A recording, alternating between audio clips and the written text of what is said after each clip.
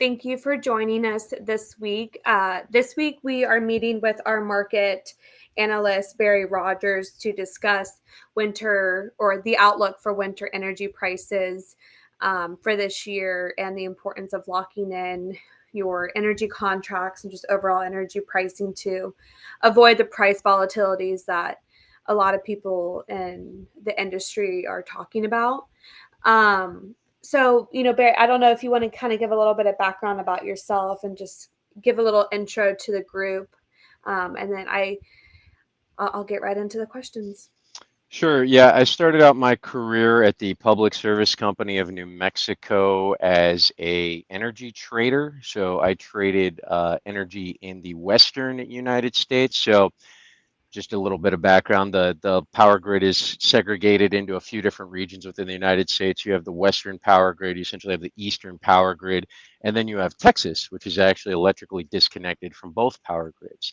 And within those grids, you have certain independent system operator, ISO markets, regional transmission organizations, RTOs, and they kind of function independently within these larger markets, but you can trade between the markets. So I started out my career basically moving power across the Western United States to serve the load of the Public Service Company of New Mexico. And we were also selling that power to utilities all across the West, including California. We had a subsidiary company in Texas called Optum Energy, and Texas is a deregulated market as opposed to New Mexico, which is a regulated market. In the deregulated market, we operated power plants that we sold the wholesale power off of for a profit. So this is a different structure than New Mexico. You play by some different rules. That was kind of near the financial collapse when everything happened associated with that. The management was outsourced to a company in Washington D.C. and I continued managing assets in Texas along with PJM and parts of Sinase, which is Mexico. So, when we're managing these, when we're trading these assets, essentially our power plants are generating electricity and we're selling it into the market, and that can be moved across different regions to different companies and so forth. So you have to have pretty extensive knowledge of how the power grid works and functions and pricing inherent in the market. So I've been doing that for, gosh, close to 20 years now. Yeah, it's it's so interesting hearing you talk about that, especially because I feel like that really shows how the energy markets, kind of tie into each other, even if it's from state to state or power company, utility company. And I guess on a global scale, the energy markets, are basically tied in the same way. So starting from a macro scale and working our way down, how does the world energy outlook appear for this winter in terms of, given the war in Ukraine and the Mid East conflicts? Do you see the potential for substantial price risk in the market? So let me just start by saying geopolitical risk is always a risk in the market. It's just Mhm. more at the forefront right now, right? We have Ukraine, we have Israel, which is obviously in the Middle East region, which is the predominant oil producing region, and conflict in either one of those can cause serious shocks to the market. That being said, it's been relatively stable thus far, knock on wood. The if you go back to 2022 when Russia invaded Ukraine, we saw immediate spikes. But a lot of this stemmed from uncertainty in the market because a lot of Europe gets its power, its natural gas, its resources from Russia. And when that relationship broke down, essentially you saw a huge supply shock. The demand was still there in Europe, so we saw prices rise. That carried over to the US, where we export a lot of our commodities to Europe. Of course, the one that we're most concerned about in the electricity market is natural gas, because natural gas is a key component of fuel, essentially, in producing electricity. And the price of natural gas, therefore, dictates the price of electricity. Um, Mhm. and so what we were seeing was liquefied natural gas. This is sort of a relatively new product in terms of, at least in the scale of which we are producing and exporting it.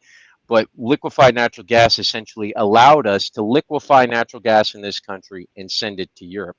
So when Ukraine hit they had increased demand for that product, the LNG, and so we saw a big spike in natural gas prices here. Um, you know, fast forward a year, we had a pretty weak winter last year, which meant that we really didn't use a lot of our domestic supply of natural gas, which tends to be drawn upon during the winter to heat homes and such.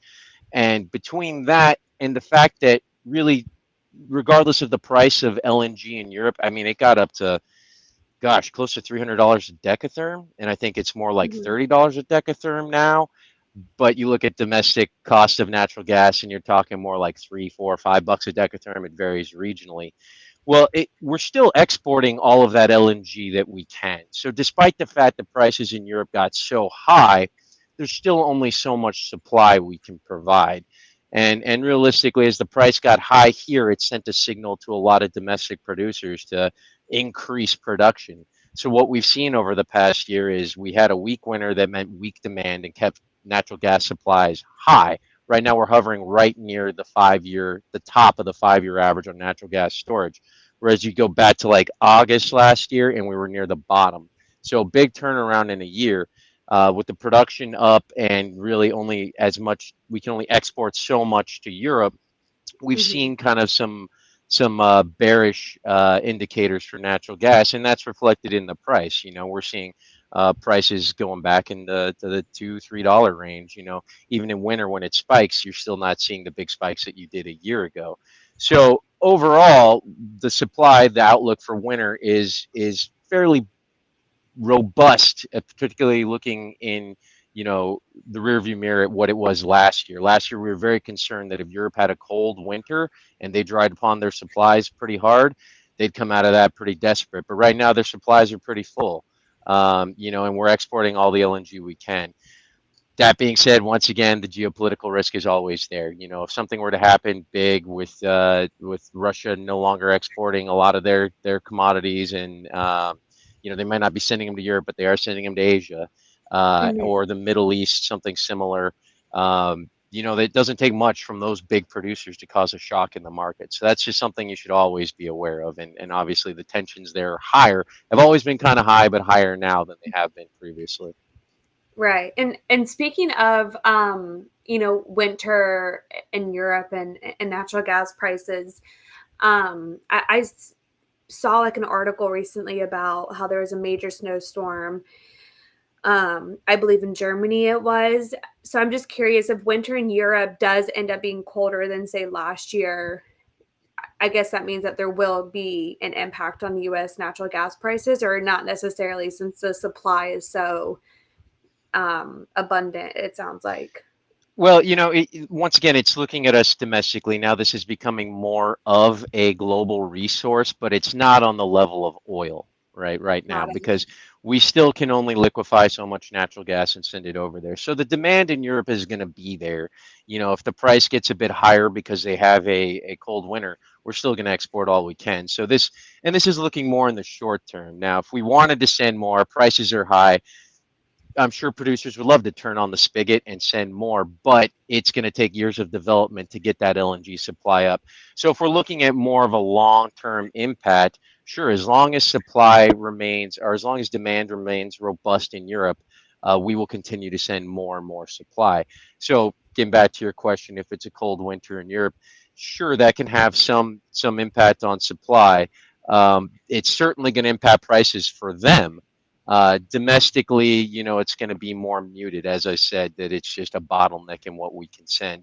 Over the long term, as we send more and more, yeah, that could impact. It's going to be an interesting several years here, the next decade, as we kind of shift our balance of historically how we've done supply and demand in natural gas and electricity and renewables. And it's going to kind of figure itself out here eventually. It's going to be volatile in that time. So it's all to say that there's a lot of unknowns, but at least for the time being, we're sending Europe what we can. Definitely. And it looks like we actually had a question, which I feel like you kind of have already touched on, but I'll go ahead and ask it anyway, just so the audience can hear it.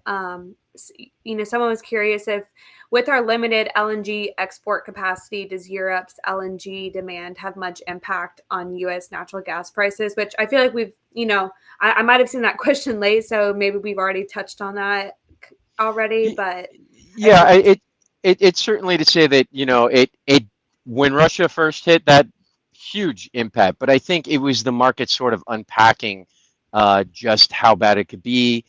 We had the relatively mild winter, which helped overall domestic supply in both here and abroad. So yes, there could be some impact, but I don't think, I think as the market sort of understood how the domestic supply works on the global level, that it's going to be pretty muted with regard to what prices will do here. Got it. And so we've discussed geopolitical risk, which I'm assuming weather kind of falls into that. But correct me if I'm wrong. But we always hear about El Nino, especially this time of year. And with the given El Nino weather pattern currently, what does this, portend for the U.S. natural gas and electricity market price? So yeah, El Nino, just kind of the high level. I'm not a meteorologist, but the general Yeah. phenomena is that you have warm weather off the coast of South America, right? So you get this warm weather, and normally trade winds kind of push that warm weather further out into the Pacific. Well, when trade winds are abnormally light, that warm water tends to sit there off the coast of South America. So when summer hits in North America, you've kind of got this system that's built heat and built kind of like humidity and precipitation. So what we see in summer is really hot in the south. You see wetter in like the southwest. I don't know if people recall there was a hurricane in California. I honestly can't remember the last time I heard a hurricane in California. Yeah. So it's sort of wreaking havoc with some of the weather patterns. And it's all to say meteorologists forecast this sort of based on history. Let me look back and see what this was, what happened last time we saw this in this El Nino pattern. Well, the fact of the matter is the water's hotter than it's ever been. So when you kind of go back and you try to form this regression, this correlation, you try and figure out what does it mean for the future. You're kind of taking a little bit of a shot in the dark because you're in sort of uncharted territory. Um, that being said, we've seen this summer. It was smoking hot, particularly in Texas. Texas hit the market cap on prices several times. Capacity got quite tight there. But moving into winter, what you tend to see, so what you saw above average temperatures across much of the United States. The East Coast less so impacted as opposed to the South and the West. In winter, El Nino seems to be causing warmer temperatures throughout most of the United States, particularly in the Midwest. So the Midwest that can get so cold, we're talking Minnesota, we're talking Chicago, they're looking at above average temperatures for winter. Same could be said through Texas. There's talks about some more precipitation through there and into the West. So above average temperatures would be less demand electrically because you want colder temperatures to increase the usage of both electricity and natural gas. So the hope is that there's going to be less volatility in both those resources. Now in the mid-Atlantic and northeast regions, it's a little more separated from El Nino. They're kind of calling for more average uh, temperatures, Hmm. cold for the season. But it's all to say that there's kind of two components to this. One is how much natural gas you would burn through an entire winter. So when we think of natural gas, stepping back for a second, we're often thinking about what is in natural gas storage. And between the months of April and October, that's known as the injection season because what we're doing is we're producing natural gas. Now we're still using it. A lot of it's being used by the power industry specifically, but that excess gas is going into storage. These are mostly salt caverns. And then when November hits and you start to get the cold, that's when you see it flip around and we go to withdrawals. So between November and March, we have withdrawals. And sort of that withdrawal period is key to understanding where we are in the supply picture. Well, here we are. It's been kind of mild, so there's not big draws. Storage is fairly robust. I don't think that's to say there's not really a long term view on gas that's super bullish right now. because we've gone through so many months of the winter already and we haven't seen a major storm, my overall picture on gas is fairly bearish. However, what happens in winter is these storms hit, and that is just an extreme demand on the system in short order. So if you go back to like Winter Storm Uri in Texas in 2021, we saw natural gas hitting triple digit prices, but that was only for a couple of days. That can certainly still happen.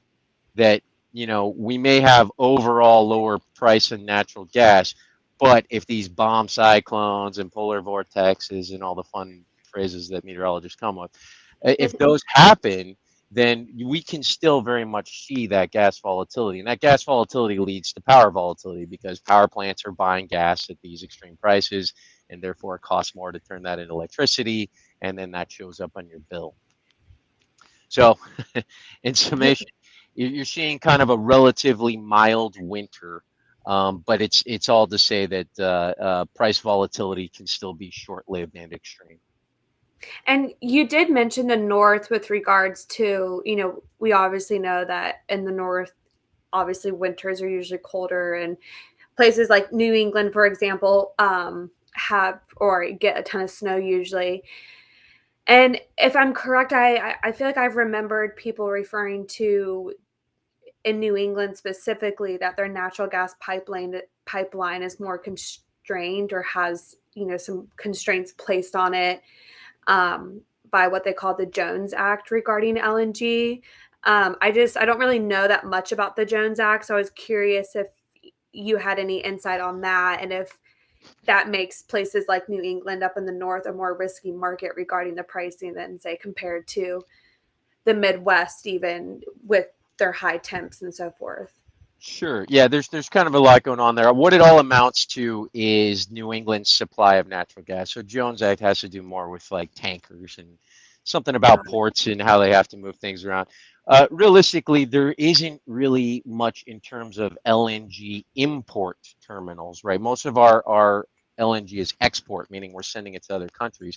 However, there is one in New England, and it services a power plant called Mystic. So if you live in New England, you may see a line item on your bill about Mystic, and so New England, this is their one LNG facility that they've sort of decided is a reliability must run they have to keep around, and that's really the LNG in New England. So a little bit of a separate issue. Larger picture, New England, if you think about where it is geographically, it's kind of constrained up there in the Northeast United States, right? So just there's not as many ways to get to it. So there's limited pipeline access to a lot of the power plants, or I'm sorry, a lot of the facilities in the Northeast. This includes the power plants. So what you see is big spikes in price volatility related to natural gas. Now, I was talking about Texas, you got a few $100 spike in Uri. That's very abnormal. When we saw big spikes in Texas, it used to be $2, $3. You might go from $3 to $6 or $7, maybe $15 a decatherm on gas. Well, New England, it swings by tens of dollars. You can see 10, 20, 30, 40, $100 for natural gas. And when these storms hit, like I said, that's where you can see that triple digit pricing. And even though it's a day or two, the impact of that kind of pricing can be felt through the entire year and kind of it's factored into the forward curve when you look at buying future pricing.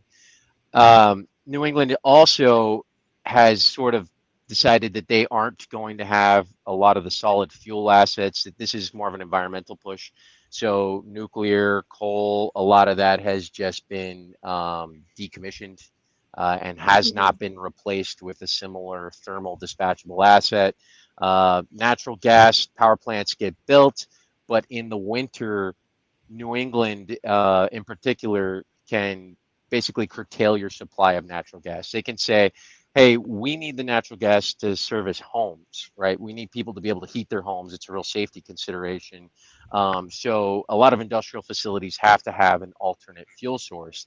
And for power plants, that's a lot of fuel oil. Fuel oil is Mhm. much more expensive than natural gas. Power plants don't tend to run as well on it. So all of that gets factored into the cost of both natural gas and electricity. It's all to say New England is a winter peaking market, whereas like Texas would be a summer peaking market, and they see their volatility during that time of year. And honestly, a lot of the steps they've taken in recent years in efforts to be more green and cut their carbon emissions have added significant volatility to that grid. So for the next several years, as New England tries to figure this out, perhaps it's large scale utility storage, which they still don't really have in place. Mhm. It's going to be a volatile marketplace, and when extreme cold hits, they're probably going to see big spikes in natural gas cost.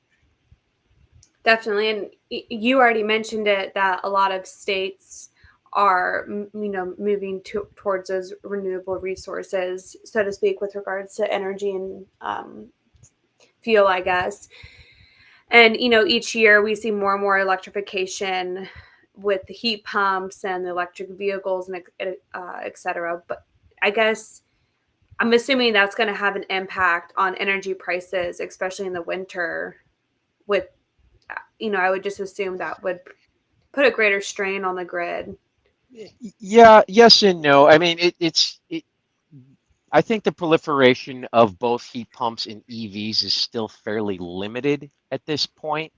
Okay. Uh, those assets certainly are playing a role, but if you look at them in comparison to say 15,000 megawatts of solar that ERCOT has installed currently, and it's supposed to go to 40,000 megawatts in the next few years.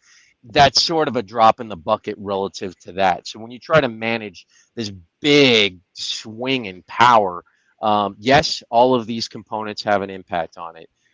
But it would be sort of disproportionate compared to something like the mass proliferation of utility scale solar. And Hmm. that's all to say that these will eventually have an impact as people's air conditioners break, give up after whatever a 10-year useful life or whatever it is for an air conditioner, and the government offers incentives for things like heat pumps that are more efficient and don't use natural gas. We're going to start to see that demand shift. I think in Texas, particularly, you already see a lot of electrical. It just doesn't get as cold, so things like heat pumps or even just electric floorboard or electric plug-in heaters Hmm. tend to be a little bit more common. Now you're seeing that more and more in the colder weather states where I think heat pump technology has advanced to the point where it works better. So this should help in the long run with using less natural gas and hopefully be efficient with its electrical use. EVs, EVs are this will be an interesting one because EVs can be either a load, which is demand, or they could potentially be a generation resource, like if we could utilize the batteries off of them. Now, most cars these days don't really have that capability, but I think Tesla's even talking about having it by 2025. So if you think about it, you come home, you plug in your EV from work, let's say it's like 5 p.m. That's actually kind of a rough time to do that because in the winter, 5 p.m. is right when it's starting to get dark, which means the lights come on and we see a big spike in electrical load when that happens. So if you were adding to it, it's like running your dryer, plugging in your EV. That's certainly going to cause problems. Similarly, in the summer, you come home 5 p.m. That's like the hottest time of day. You plug in your EV, and now that's another load on the system. Well, if you could plug it in and now it's a battery on the system, you still have some charge left on that. You can just push out electricity for a couple hours and then draw power overnight when pricing is low. Then you become a real asset to the grid. So it seems to me a lot of these resources are still limited. Obviously, they're growing huge, but they're still limited with regard to their impact. And it'll be interesting to see how they kind of evolve in the system because, while they can kind of be a liability, they can also be quite the asset. It's just, how is technology going to make that work? Definitely. And going back to what you've already mentioned, because I'm just curious. So we've discussed how certain areas of the country, their price volatility, so to speak, if I'm rephrasing that correctly, has a lot to do with, um, I guess, the weather that they experience. Obviously, Texas and states in the Mideast or Midwest experience different temperatures and weather patterns than like New England and states in the North. But are there areas of the country or RTOs that you believe are at the highest risk of a price blowout, or does that just have to do, I guess, with the time of year for them? Whereas, like how you said, Texas experiences it in the summer, and then the North is obviously in the winter. Yeah, it's interesting you bring up both of those because those are still both the regions with the highest likelihood of price volatility. The Northeast because of the natural gas. So when you get $100 natural gas, you're going to get power that's orders of magnitude higher than that. You know, six, Mhm. $700 megawatt hour power. It potentially. And in Texas, Texas has a different market designed where it's based on something called scarcity pricing.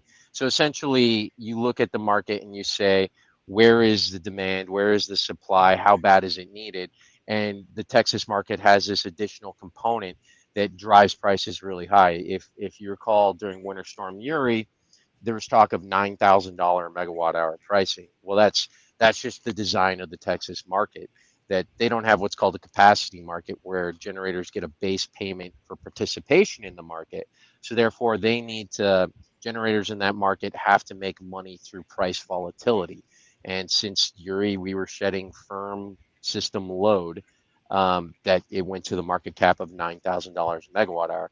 Now, Texas has lowered that since to $5,000 a megawatt hour, but that is still incredibly high. That's still higher than pretty much every other ISO. Barring any actual fuel costs that might take you above $5,000 a megawatt hour. So that's all to say, while the kind of the forecast for Texas isn't to be abnormally cold, that potential always exists for them. That if some event like that occurred, they could go to the system wide offer cap, which is just much higher than everywhere else. Um, but if you look at NERC, which is the North American Electric Reliability Corporation, it's sort of a corporate governing body for the electric industry. It's not government, but it is funded by the industry. They cite potential issues in ERCOT, Texas, in Mid-Continent ISO. So think about the Midwestern United States, kind of. Mhm. PJM, which stands for Pennsylvania, New Jersey, Maryland, but includes a few other states. Virginia's in there, Ohio's in there, and New England. All of them have been cited as having elevated risk. And I honestly think that number is going to get, or that the number of ISOs that are going to be having elevated risk is only going to go up from here as the proliferation of renewables becomes more and more. We're going to have to find a balance between renewables, energy storage, distributed energy resources like backup generators. All of this is going to have to kind of work in tandem to suppress that volatility. In the meantime, they're building these things at a very quick pace. They're going onto the grid in very short order. So that volatility is sort of inevitable. So I guess with you mentioned the storage factors, the production, and the load. So are we recommending that customers lock in today's price for the long term, or are there specific terms that, whether it be short or long, that work better, or does that just have to do with, I guess, who the RT, where they fall in terms of their regional transmission, uh, or sorry, the RTO. The RTO or the ISO. Yeah, it's so first of all, let me start by saying this is a bit of an individual decision. If you are a bakery and this is a cost component into baking bread or whatever it is, then you should look at that and think, oh, if I can lock this in and maintain my margins, that makes a lot of sense. If we go back a year or so ago, a little over 2022, pre-winter, prices were high. We were sitting here probably like October, November, and it that wasn't a good time to lock in. Prices had already been quite elevated from a number of factors: inflation, Ukraine, and we were near the bottom on the 5-year storage of natural gas. Well, fast forward a year, and now we're near the top on natural gas, right? Now the geopolitical risk is still kind of out there, but prices have subsided pretty considerably. And then a lot of the rhetoric you hear from brokers or suppliers in the industry is they like to lock in contracts pre-winter. And that's just because winter is just an X factor. If it's a cold winter, well, we're going to take out a lot of that natural gas and prices are going to spike. Last year prices were already high going into winter, right? So if you Right. lock that in, you actually been kind of hosed because then we had a very mild winter and prices came off considerably. Well, prices have stayed off. We're still kind of near the beginning of winter. Honestly, it's getting a little bit late in the season, but that's not necessarily working against folks because it's been sort of abnormally warm. So if we had, you know, typically you'd look at maybe October, maybe even the beginning of November might be a good time to lock in a contract in a down market because you still haven't seen the winter. Your prices are low. You're not rolling the dice on having that those extreme temperatures. Well, we're already several weeks into the season, the withdrawal season now, and it's there've been a couple draws, but it hasn't been too extreme, and we're still near on the high on the 5 year. So yeah, now is still a decent time historically to lock in. Um, if folks want to, they can kind of roll the dice on it, and you could come out the other end of winter, and prices might be even lower. I will say that prices tend to have a floor because, if natural gas gets to be too cheap, people are just going to stop producing it, and then your supply levels will go down and your prices will go up. So, it's not like we're going to see, even though we have seen negative natural gas before, that's a short-lived phenomenon. So I would say that your downside potential on pricing, the potential for it to be lower, is Mhm. probably not as high as the ability for it to go higher. Meaning, if we had this big winter event, then prices can go up. And like I said, it's a variety of factors, including just there's a floor at which producers are just going to say we can't lose money on producing natural gas, so it can only go so low.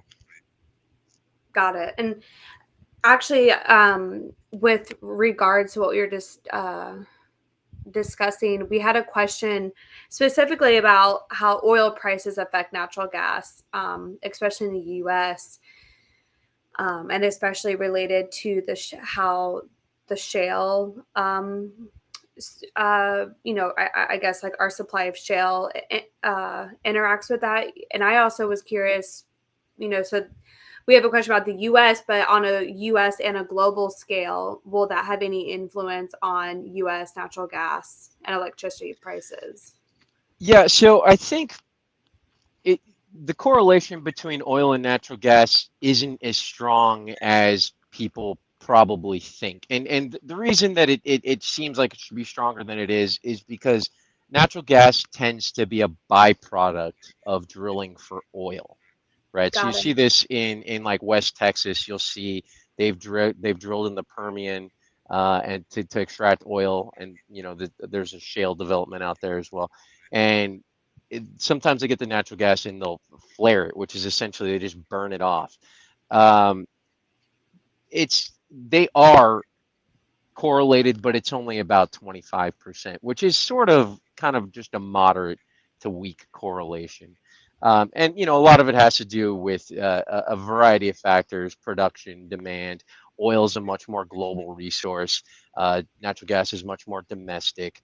You have OPEC nations, which is essentially a cartel that colludes to control oil prices.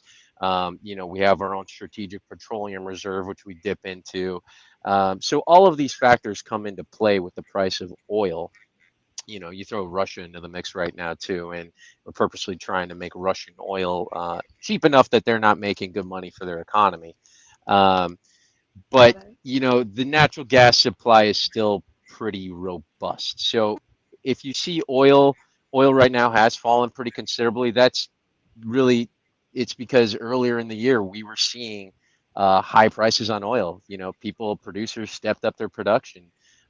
Economies are also kind of faltering. The U.S. has been relatively robust, but if you look abroad in both Europe and Asia, really globally, economies are faltering, and that means that demand is sort of been flat or even down in some instances. So if you've got weakening demand, increased supply, you see downward pressure on prices. OPEC's going to do what they can to collude and try and keep that price at a reasonable level. The domestic supply of natural gas, once again, still robust. We have another weak winter. I mean, we could see new records on natural gas storage. So I think the overall picture on natural gas right now is fairly bearish. Oil, I'm not as involved in oil, but I would just tend to say that it's not as big a factor in the natural gas right now as people might think. Yeah, that makes sense. I I really appreciate you meeting with me and going over all this. I think it's really insightful for just people in general, especially those in states like Texas who get to pick uh, their energy contract, so to speak. But I'm always curious. Was there anything that we missed or that I didn't ask that you think is relevant or would be important for people to understand about energy prices, or especially those who get to lock in their contract, so to speak? I know not every state they have that option, so obviously it wouldn't be relevant to Yeah, every state. suffice it to say, it's complicated, right? I could go on for hours and hours just about the differences between markets and how, the global supply factors into the domestic supply and looking at the forward curves and terms. It Reach out to a professional. That's what I would say. That Exergy is happy to help with procurement contracts. It's something we do regularly. It's tailored to each individual client. Your reasons for locking in a contract right now are different from someone else's. Your tolerance for risk is different than someone else's. Do you need backup generation because you have, kind of it's mission critical that you maintain power? That's another thing we look at, as the volatility in the grid increases, that increases price spikes. It also kind of decreases reliability because we look at these intermittent resources that people don't sort of think about the grid infrastructure, but there's voltage support and there's different transformers. There's all this grid infrastructure that comes into play along with the renewables and additional build outs that we need. So it could mean that there's more outages on the grid. It's definitely going to mean more price volatility. Reach out to someone and let us help you. Yeah, definitely. And like Barry said, always feel free to reach out to us. You can leave us a comment on this post if you like, or visit our website, exergenergy.com, and we'd be happy to help you out in any way we can. But in the meantime, we look forward to seeing you guys next week. And thank you again, Barry, for taking time out of your day to meet with us. It was really helpful. So I hope everyone got a lot out of it. And if you have any questions that you didn't think of in the moment, don't hesitate to ask us later on, and we'll get right back to you. Talk to you guys soon. Bye. Thank you.